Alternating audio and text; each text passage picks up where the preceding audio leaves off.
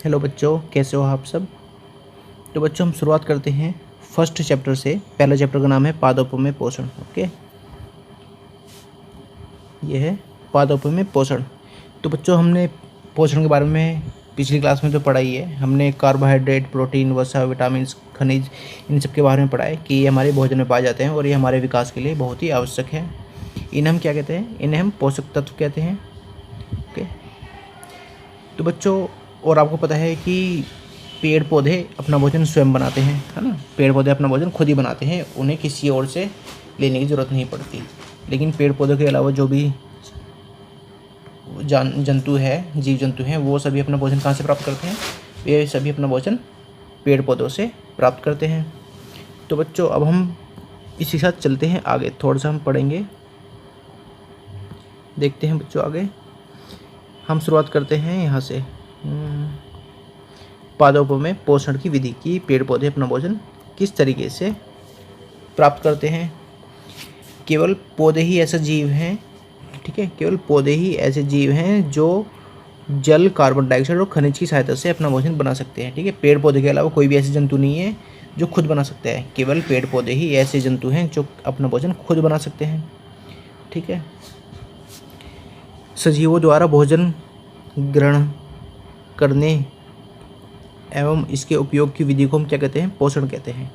ठीक है बच्चों, जो सजीव होते हैं वो अपना भोजन प्राप्त करते हैं और उसको उपयोग करते हैं, तो उसी विधि को, मतलब उस तरीके को हम क्या कहते हैं? पोषण कहते हैं। पोषण की वह विधि जिसमें जीव अपना भोजन स्वयं संश्लेषित करते हैं उसे स्वयं पोषण कहते हैं, स्वयं पोषण कहते हैं। बच्चे जो अपना भोजन खुद बना देते हैं उसे हम क्या कहते हैं? अच्छा देखो, आपको ये तो पता ही है, जो अपना काम खुद करते हैं उसे हम क्या कहते हैं? स्वयं। अपना काम स्वयं करो, स्वयं माने खुद करो। तो ऐसे ही जो जंतु, जो जीव अपना भोजन खुद बना लेते हैं, हम उस तरीके को हम क्या कहते हैं? उसे हम कहते हैं शिव स्वयं पोषण कहते हैं। उसे हम स्वयं पोषण कहते हैं। ओके बच्चों,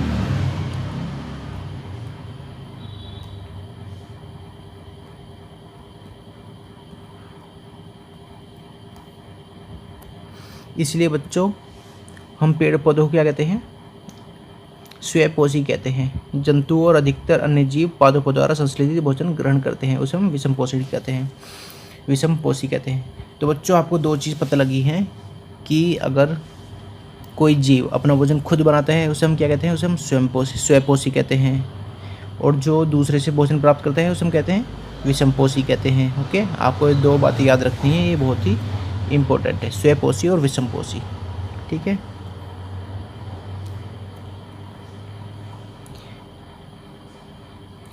अब बच्चों पेड़ पौधे जो भोजन बनाते हैं वो किस तरीके से बनाते हैं या फिर कैसे बनाते हैं, उसका तरीका क्या है? तो बच्चे आपको पता ही है कि पेड़ पौधे, अगर कोई पेड़ है या फिर कोई पौधा है, अगर उसकी पत्तियां टूट जाती हैं सारी, तो अगर उसकी आप पत्तियां तोड़ दो सारी, तो वो पौधा सूख जाएगा। ठीक है, क्यों सूख जाएगा? क्योंकि बच्चों उसको खाना नहीं मिल पाएगा, क्योंकि वो पौधा अपना खाना पत्तियों के द्वारा ही बनाता है। इसलिए हम पत्तियों को क्या कहते हैं? इसलिए हम पत्तियों को खाद्य फैक्ट्री कहते हैं, या फिर रसोई घर भी कह सकते हैं कि एक पौधे का रसोई घर किन्हें कहा जाता है? पत्तियों को रसोई घर कहा जाता है, या फिर खाद्य फैक्ट्रियाँ, जहाँ पर खाना बनता है वो फैक्ट्रियाँ कहलाती हैं। अतः सभी कच्चे पदार्थ पत्तियों तक पहुँचने चाहिए। इसलिए जो बच्चों कच्चे पदार्थ हैं, जैसे कच्चा पदार्थ क्या है? जैसे कच्चा पदार्थ है बच्चों धूप, जल, कार्बन डाइऑक्साइड, खनिज, ये पत्तियों तक पहुँचने चाहिए। और ये कैसे पहुँचते हैं बच्चों? क्योंकि जो खनिज है, जल है, वो कहाँ पर होता है? वो तो मिट्टी में होता है। अब मिट्टी से पत्तियों में कैसे पहुँचेगा? जड़ों के द्वारा, है ना, जड़ों के द्वारा होगा। जड़ उसको सोखती है मिट्टी से और पत्तियों तक पहुँचाती है। और जो कार्बन डाइऑक्साइड होती है बच्चों, कार्बन डाइऑक्साइड तो हवा में पाई जाती है, कार्बन डाइऑक्साइड तो एक वो है ना गैस, तो कार्बन डाइऑक्साइड में पाई जाती है, वो वायु में पाई जाती है। अब वो पत्तियों तक कैसे आएगी बच्चों? वो पत्तियों की सतह पर छोटे छोटे छिद्र होते हैं, उनके द्वारा वो कहाँ पर आएगी? वो पत्तियों के अंदर पहुँच जाएगी। और धूप कहाँ से मिलती है बच्चों? पेड़ पौधों को धूप कहाँ से मिलती है? पेड़ पौधों को धूप मिलती है सूरज से, तो उनको सूरज की रोशनी भी मिल जाएगी। अब वो क्या करेंगे? अपना खाना खुद बना सकते हैं। और बच्चों एक चीज़ की ज़रूरत और होती है, पत्तियों में एक हरा वर्णक होता है जिसे हम क्या कहते हैं? क्लोरोफिल कहते हैं। ओके, क्लोरोफिल सूर्य के प्रकाश की ऊर्जा संग्रहण करने में पत्ती की सहायता करता है। बच्चों क्लोरोफिल क्या करता है, वो सूरज की रोशनी को पकड़ता है, पकड़ने में हेल्प करता है और उससे वो ऊर्जा प्राप्त करते हैं सूरज की रोशनी से, और फिर वहाँ से वो उसी ऊर्जा से वो खाना बनाते हैं। बच्चों जैसे हम अपनी ऊर्जा कहाँ से लेते हैं, हम चूल्हे से, चूल्हे में आग जलाते हैं, फिर हमें ऊर्जा वहाँ से मिलती है, उसी ऊर्जा से हम अपना खाना बनाते हैं, है ना। तो ऐसे ही पेड़ पौधे अपना सूरज की रोशनी से प्राप्त करते हैं और फिर उसी ऊर्जा से वो खाना बनाते हैं। तो बच्चों इसी पूरे तरीके को, ठीक है, उसी हम पूरे तरीके को क्या कहते हैं, जो भी खाना बनाने का तरीका है पेड़ पौधों का, उसे हम क्या कहते हैं, प्रकाश संश्लेषण कहते हैं। प्रकाश माने सूरज की रोशनी और संश्लेषण माने बनाना। तो सूरज की उपस्थिति में जब खाना बनाते हैं उसे हम क्या कहते हैं, प्रकाश संश्लेषण कहते हैं। तो बच्चों यहाँ पर इसलिए हमने देखा कि क्लोरोफिल सूर्य का प्रकाश, कार्बन डाइऑक्साइड और जल संश्लेषण के लिए आवश्यक है। तो बच्चों अगर आपसे कोई पूछे पेपर में कि पेड़ पौधे प्रकाश संश्लेषण के लिए आवश्यक कौन कौन सी चीज़ें हैं, तो आप बताओगे सूरज का प्रकाश, कार्बन डाइऑक्साइड, जल और क्लोरोफिल, ये सभी प्रकाश संश्लेषण के लिए आवश्यक हैं। ठीक है बच्चों। फिर बच्चों आगे है, सभी जीवों के लिए सूरज ऊर्जा का चरम स्रोत है। अगर कोई पूछे कि सूरज का चरम स्रोत क्या है ऊर्जा का, या फिर अगर कोई ऐसे पूछे कि पृथ्वी पर ऊर्जा का चरम स्रोत क्या है, तो आप सभी बताओगे सूरज या फिर सूर्य। ठीक है, सूर्य से ही इस धरती पर सभी जीवों को ऊर्जा मिलती है। ठीक है, तो बच्चों हम इस पूरे तरीके को हम कैसे लिख सकते हैं, प्रकाश संश्लेषण के दौरान पत्ती की क्लोरोफिल युक्त कोशिकाएं, पत्तियों में जो क्लोरोफिल होता है उस वो छोटी छोटी कोशिकाओं में होता है, तो क्या करती हैं, सूरज के प्रकाश की उपस्थिति में कार्बन डाइऑक्साइड एवं जल से कार्बोहाइड्रेट का संश्लेषण करती हैं। तो बच्चों आपको यहाँ पर एक चीज़ और पता लगी कि जो भोजन बनता है वो किस फॉर्म में बनता है, किस रूप में बनता है, वो कार्बोहाइड्रेट के रूप में बनता है। ठीक है, और कार्बोहाइड्रेट अंततः पत्तियों में स्टार्च के रूप में संचित हो जाता है। ठीक है, और बच्चों किस रूप में संचित होता है, वो स्टार्च के रूप में इकट्ठा हो जाता है। तो मैं एक बार आपको फिर से बता देता हूँ कि जो कार्बोहाइड्रेट जो पेड़ पौधों में जो भोजन बनता है वो किस फॉर्म में बनता है बच्चों, वो किस रूप में बनता है, वो कार्बोहाइड्रेट के रूप में बनता है। और संचित किस रूप में होता है, मतलब वो इकट्ठा भी तो करके रखते हैं बाद में इस्तेमाल करने के लिए उसको, वो होता है बच्चों स्टार्च के रूप में। ओके,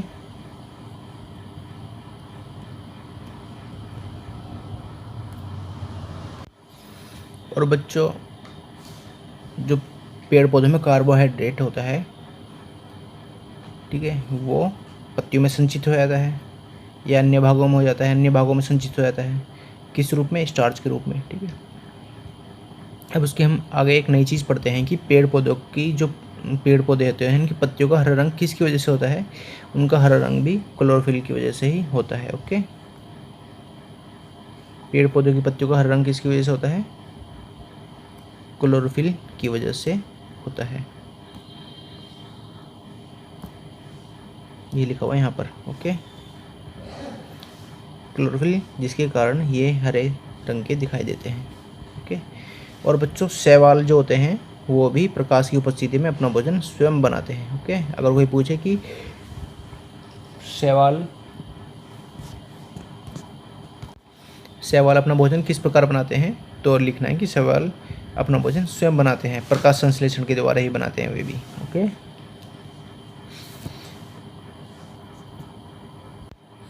बच्चों अब हम देखते हैं पादपों में पोषण की अन्य विधियाँ। ओके, तो बच्चों अन्य विधियाँ क्या हैं वो देखते हैं हम अभी। कुछ पौधे ऐसे भी हैं जिनमें क्लोरोफिल नहीं पाया जाता। ओके बेटा, कुछ पौधे ऐसे भी होते हैं जिनमें क्लोरोफिल नहीं होता है, तो वे अपना भोजन कैसे करेंगे, तो वे अपना भोजन खुद तो बना नहीं पाएंगे सूरज के प्रकाश की मदद से। तो इसलिए वे क्या करते हैं बच्चों, वे मनुष्य और अन्य प्राणियों की तरह ही अन्य दूसरे पौधों से अपना भोजन प्राप्त करते हैं। ठीक है, इसलिए उन्हें हम क्या कहेंगे, उन्हें भी हम उन्हें भी हम विषमपोषी ही कहेंगे। ओके, लेकिन कुछ पौधे होते हैं बच्चों जो दूसरे पौधों की तन शाखाओं से लिपट कर रहते हैं या फिर तने से लिपट कर रहते हैं। ओके, और वे अपनी जड़ें दूसरे के तने में गड़ा देते हैं जिससे वो अपना भोजन प्राप्त करते हैं। ऐसे पौधों को हम क्या कहते हैं? ऐसे पौधों को हम परपोषी कहते हैं। ठीक है, देखो यहाँ लिखा होगा। जैसे बच्चों इसका उदाहरण है अमरबेल। ये अपना भोजन उस पादप से प्राप्त करता है जिस पर ये आरोहित होते हैं। मतलब ये अपना भोजन कहाँ से प्राप्त करते हैं? किससे? जिसके ऊपर ये चिपके हुए होते हैं, जिसके ऊपर ये लिपटे हुए होते हैं। क्योंकि अमरबेल जैसे पादप परपोषी को अमूल्य पोषकों से वंचित करते हैं। आगे देखते हैं बच्चों, थोड़ा सा बताते हैं अभी आपको।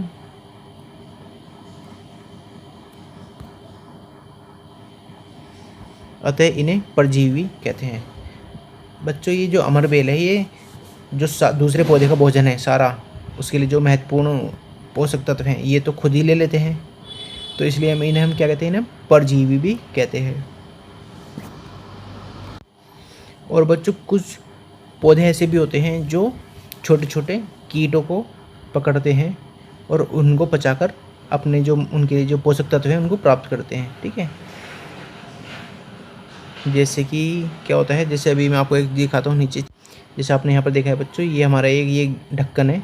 जब भी कोई कीड़ा इसके अंदर जाता है, ठीक है, अंदर चला गया, तो ये इसको बंद कर लेते हैं और वो वहीं पर मर जाता है। और फिर ये जो पाचक रस है उनको उनके द्वारा उस कीड़े को पचाते हैं और उससे अपना जो पोषक तत्व हैं वहाँ उनको प्राप्त करते हैं और दूसरे भागों तक पहुँचाते हैं। ओके बेटा, इसे हम कहते हैं, इस पौधे का नाम है बच्चों पिचर पादप। तो अगर आपको कोई पूछे कि उस पौधे का नाम बताइए जो अपना भोजन कीटों से प्राप्त करता है, दूसरे कीड़ों को, जो छोटे छोटे कीट हैं उनको मारकर प्राप्त करता है, तो आप क्या बोलोगे बच्चों? पिचर पादप या फिर घटपर्णी। या फिर ऐसे पौधों को हम और क्या कहते हैं बच्चों? कीटों के भक्षण करने वाले ऐसे पौधे कीटभक्षी पादप कहलाते हैं। तो बच्चों ऐसे पौधों को हम क्या कहते हैं? कीटभक्षी पादप कहते हैं। जो पेड़ पौधे अपना भोजन छोटे छोटे कीड़ों को मारकर प्राप्त करते हैं उन्हें हम कहते हैं कीटभक्षी। कीट माने कीड़े और भक्षी माने शिकार करने वाले, पादप, पादप माने पौधे। इसका बच्चों यहाँ पर उदाहरण भी देखे हैं, वीनस फ्लाई ट्रैप और सनड्यू कीटभक्षी पौधे अन्य दो उदाहरण हैं। तीसरा क्या हो गया? वो पिचर पादप। ठीक है, और दो उदाहरण ये हो गए।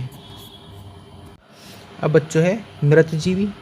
ऐसे कुछ पौधे होते हैं जो, जैसे आपने देखा होगा बच्चों, मशरूम उग जाती है, आप कोई ब्रेड का टुकड़ा गीली जगह में डाल दो, या फिर बरसात में देखा होगा आपने कोई ब्रेड या फिर रोटी पड़ी हुई होती है, कोई रोटी है गीली छत पे पड़ी है आपकी, तो उस पर छोटे छोटे मशरूम से उग जाती हैं। ठीक है, तो बच्चों क्या होता है, जो मृत, जो सड़ी गली चीज़ों पर, सड़ी गली चीज़ें मतलब जैसे सड़ी गली टहनियाँ होती हैं, तने, छाल या फिर रोटी है, उन पर उग जाते हैं, वो अपना भोजन उन्हीं को पचाकर प्राप्त करते हैं। तो ऐसे को हम क्या कहते हैं? मृतजीवी।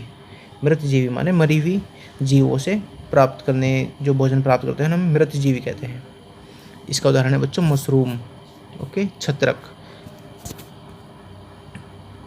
बच्चों आपको ये क्रियाकलाप भी बताया गया है, ब्रेड डबल रोटी का एक टुकड़ा जल में भिगो लें, उसे किसी नम स्थान पर या फिर उष्ण स्थान पर जहाँ पर नमी भी हो और थोड़ी गर्मी भी हो, तो उसे 2-3 दिन तक रख दीजिए। उस समय तक रखा रहने दीजिए जब तक उस पर रोए जैसी संरचना ना दिखाई दे। ठीक है, उसको भी इतने दिन तक रखो जब तक आपको उस पर रोए जैसी संरचना ना दिखाई दे। मतलब छोटे छोटे कुछ पौधे से उगेंगे, बहुत छोटे छोटे से। ये धब्बे किस रंग के हैं?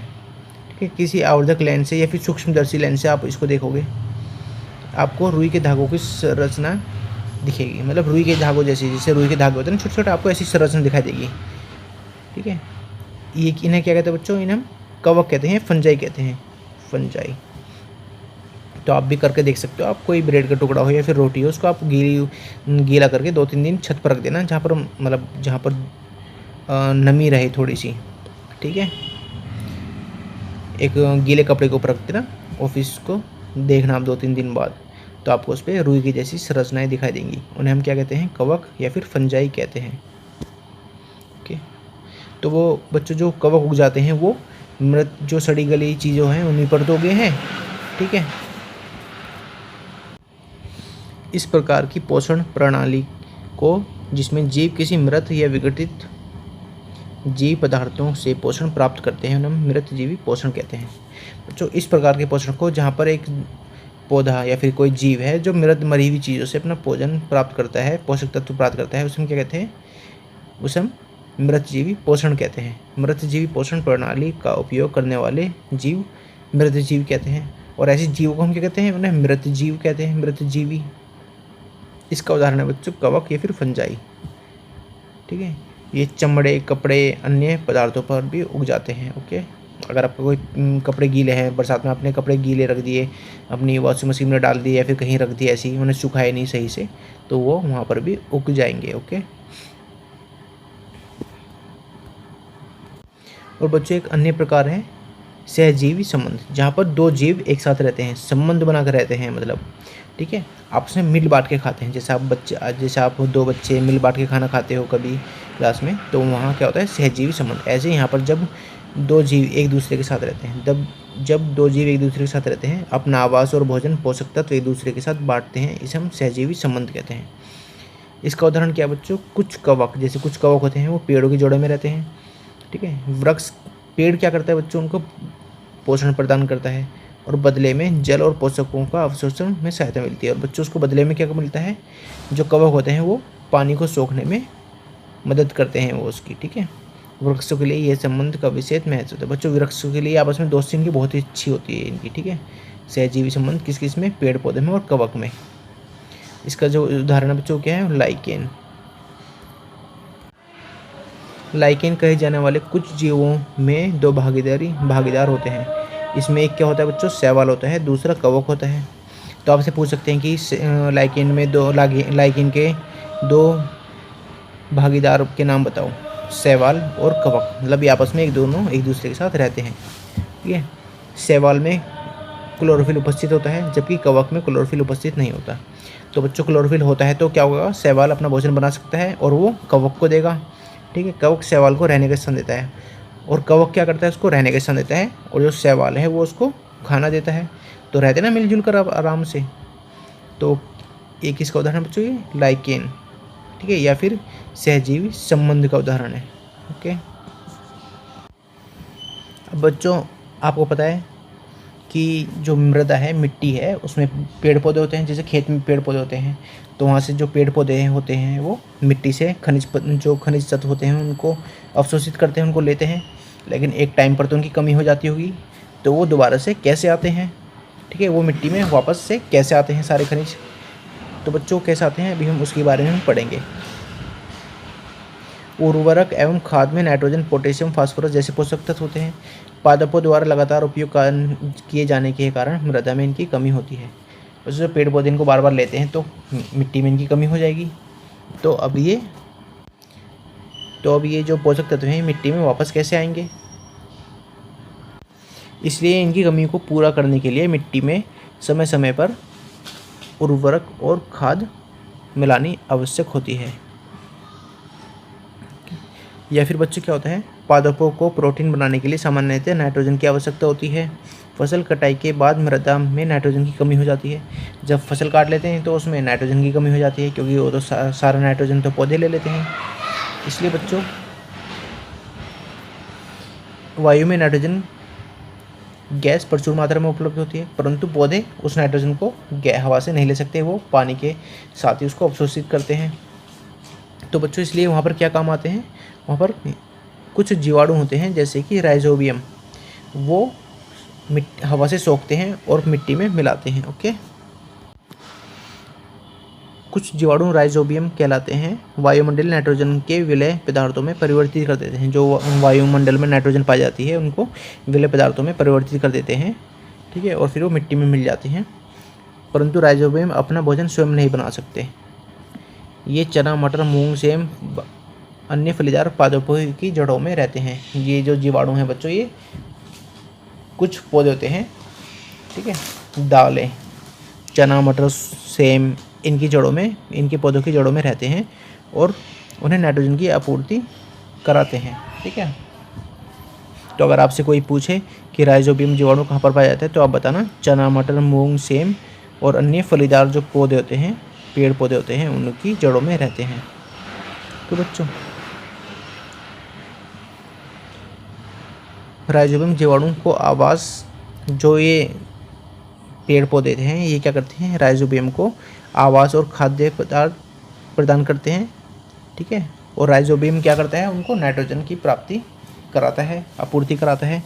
इसी देखो आपस में दोनों मिलकर रहते हैं ना, राइजोबियम और ये पौधे, तो इसलिए हम सहजीवी संबंध भी कहेंगे इसको, कि सहजीवी संबंध है इन दोनों के बीच में। तो बच्चों इस लेसन में हमने पढ़ा है मृतजीवी, स्वयंपोषी, ठीक है, परजीवी, मृतजीवी, इन सभी के बारे में हमने पढ़ा है, ओके।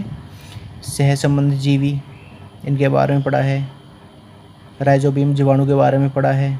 पिचर पादप के बारे में पढ़ा है हमने, ठीक है। तो आपको यही याद करना है और आपके, ठीक है। और हमने बच्चों क्या पढ़ा है, हमने यहाँ पर क्लोरोफिल के बारे में पढ़ा है कि पत्तियों का हरा रंग किसकी वजह से होता है, क्लोरोफिल की वजह से होता है। और हमने यहाँ पर कीटभक्षी पादप के बारे में पढ़ा है।